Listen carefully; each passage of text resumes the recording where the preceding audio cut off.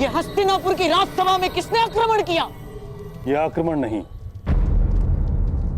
किसी के आगमन का संदेश है। आचार्य द्रोण, इस बाण पर गुरु परशुराम का चिन्ह है। परंतु महामहिम, गुरु परशुराम के दो जीवित शिष्य आप और मैं इस राज्यसभा में उपस्थित हैं, तो फिर यही प्रश्न मुझे विचलित कर रहा है आचार्य द्रोण।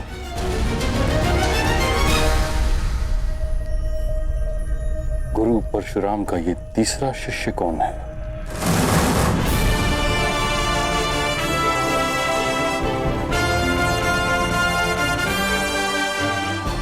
अब समय है कौशल के प्रदर्शन का।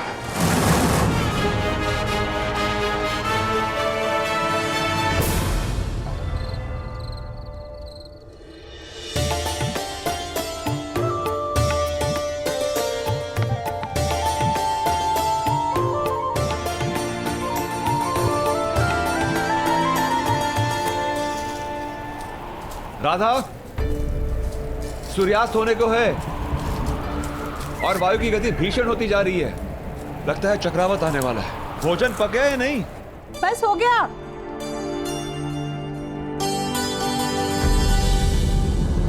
हे महादेव, ये किस धुन में खो गई मैं?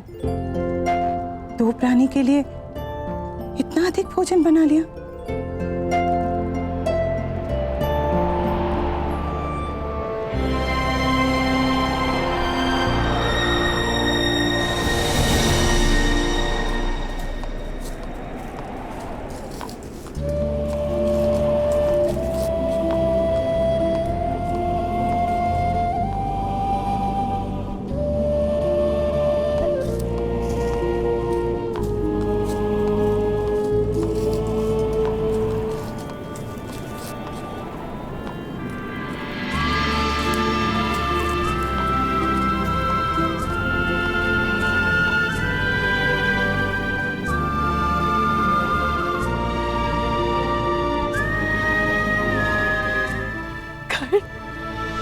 राधे कर्ण माता।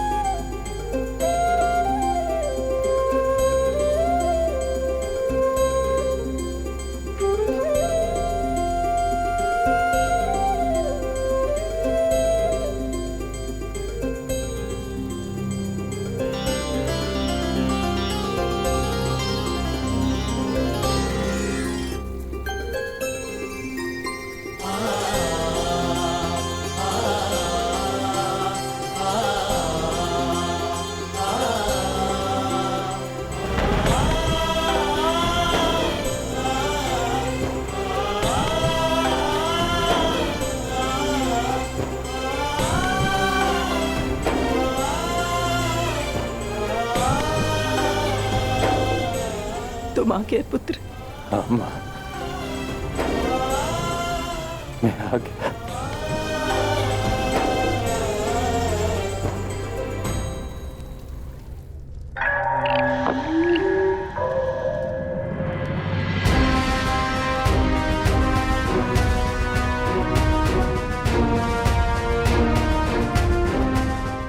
आइए गुरुपुत्र अश्वत्थामा, हमारे कक्ष में आपका स्वागत है। आप मुझसे यहाँ क्यों मिलना चाहते थे? क्योंकि इस कक्ष के अतिरिक्त हर कहीं 100 आंखें और 100 कान हैं। आंखें महामहिम भीष्म की और कान तुम्हारे पिता के।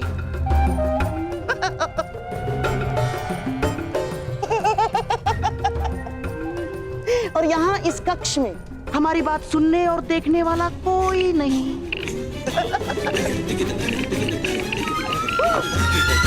कैसी बात? यही कि कल की रंगभूमि में आप किसे विजयी होते हुए देखना चाहते हैं? मेरे होने वाले सम्राट राजकुमार दुर्योधन को या आपके पिता के प्रिय शिष्य उस अर्जुन को? उत्तर आप अच्छी तरह से जानते हैं गांधार नरेश। अर्जुन, अर्जुन वो शूल है जिसे मेरे पिताश्री ने स्वयं अपने हाथों से मेरे वक्ष में घोंप दिया। पिताश्री ने सदैव उसे अधिक प्रेम दिया, जन्म मुझे दिया, परंतु एक पिता की धरोहर, अपना सारा ज्ञान उसे सौंप दिया। निश्चित रूप से अश्वत्थामा उस अर्जुन की पराजय देखना चाहता है। कल की स्पर्धा में कुमार दुर्योधन ही विजयी होने चाहिए। जिन लोगों के शत्रु एक हों, उन्हें आपस में मित्रता कर लेनी चाहिए अश्वत्थामा। हमारा स्वप्न एक है और वो स्वप्न पूरा होने में बाधा भी एक ही है। अर्जुन, तो उस बाधा को दूर करने का कोई हल सोचा है आपने? उसका हल बताने के लिए तो आपको यहां बुलाया है।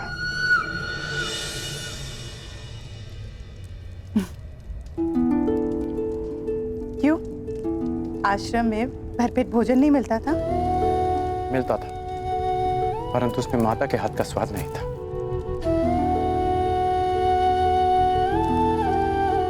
वैसे आपको किसने सूचना दी मेरे यहाँ आने की कि आपने ये भोजन तैयार रखा? क्यों? पूर्वाभास केवल तुम धनुर्धारी को ही होता है। तुम लोग शब्द सुनकर लक्ष्य का आभास कर लेते हो, किंतु माता का अपने पुत्र के लिए आभास सबसे अधिक शक्तिशाली होता है।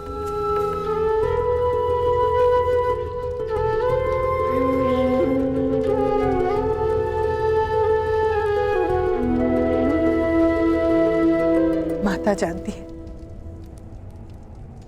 कब उसका पुत्र आने वाला है और कब जाने वाला है।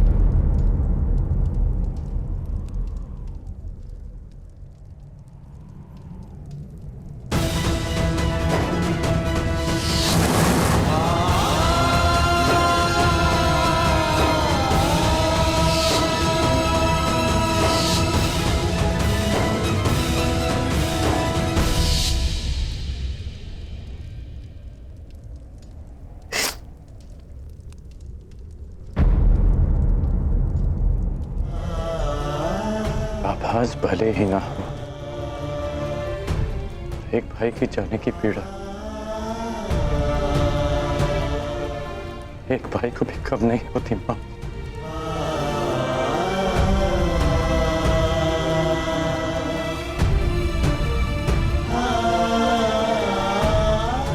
ये बताओ, प्रशिक्षण कैसा रहा तुम्हारा? गुरुदेव को अधिक सताया तो नहीं? आप विषय को टाल रहे हैं।